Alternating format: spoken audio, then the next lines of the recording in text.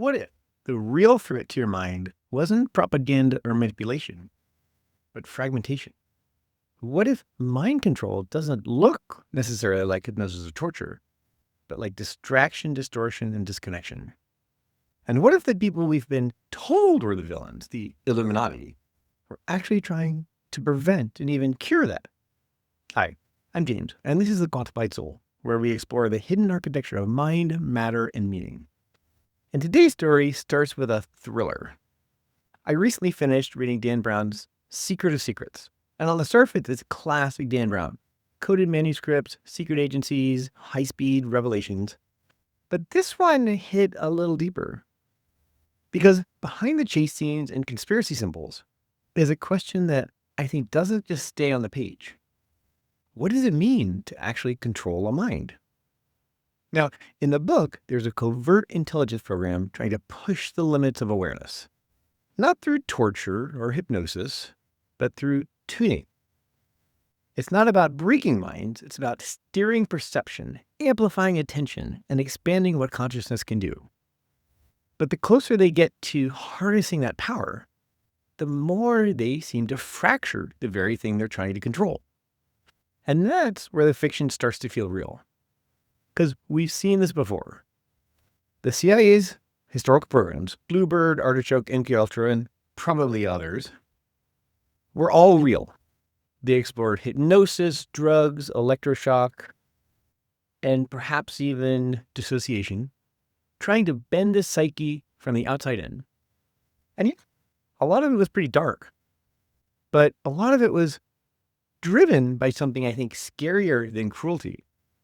And I would suggest that was curiosity without wisdom. Because here's the truth.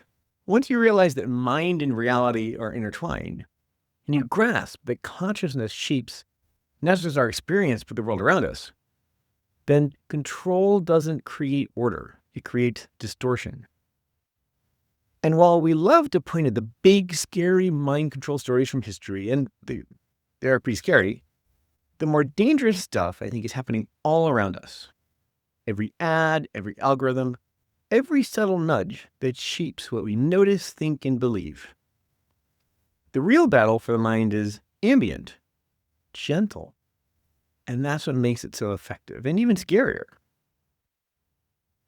So what can we do? Here's where I think we need to bring back a word we've kind of forgotten or mistranslated over the years. Rationalism. Now, not the dead version, the one that reduces humans to logic machines. I mean the living version, the discipline of steering your own thought, the ability to think clearly even when the world around us is noisy, to feel fully, but not get lost in the feeling, to sense when something's off, and course correct.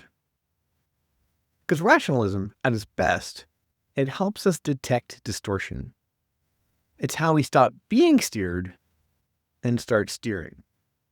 Emotion, think of it as the wind in our sails, and reason as the rudder that steers us. We need both. Otherwise, we drift. Or worse, we capsize. Now here's the twist. This fascination with mastering the mind, it didn't start with the CIA or even the Russians. It goes back much further to the historical Illuminati.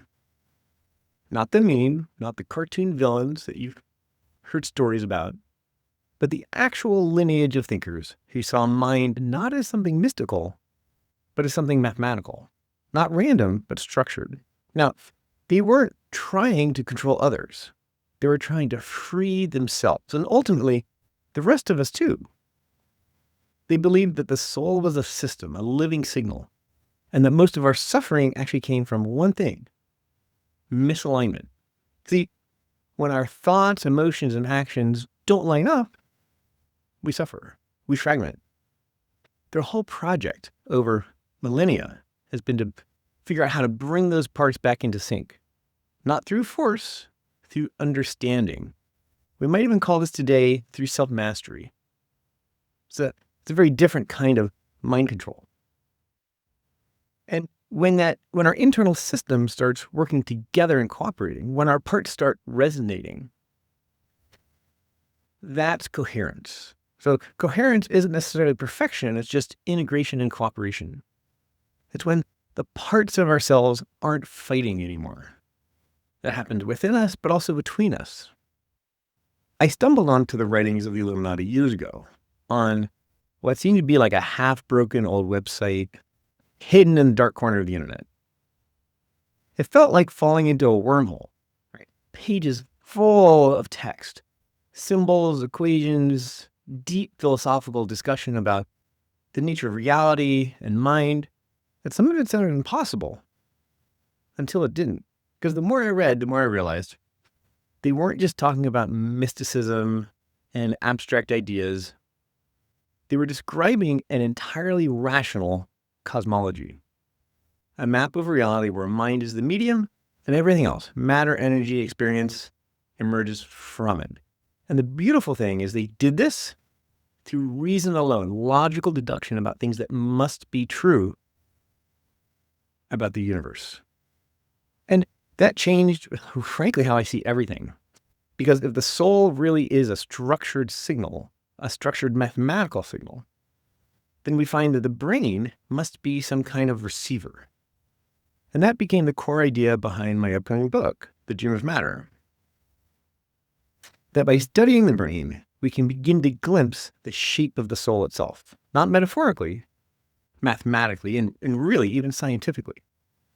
This matters now more than ever, because this isn't just history, it's the present and the future. See, we have tools, real ones, that can read, alter, and influence the brain, and in turn the soul. We can map attention, we can modulate emotion, we can even induce trance states or flow states, and that's really powerful. It can be incredible for healing and for learning and performance, but there's also a danger. If we continue to believe that the mind is a machine or a blank state that we can program or overwrite, we'll try to optimize it and force it. But if we understand that it's a living signal, a layered, sensitive pattern, the soul itself, then maybe we'll stop trying to force it and start trying to tune and nurture it. It's a classic double-edged sword. The same knowledge that can manipulate can also liberate. We're really facing here a fight, a battle between external mind control to coerce and control us, and the kind of mind control that's self-mastery, self-mind control that grants freedom.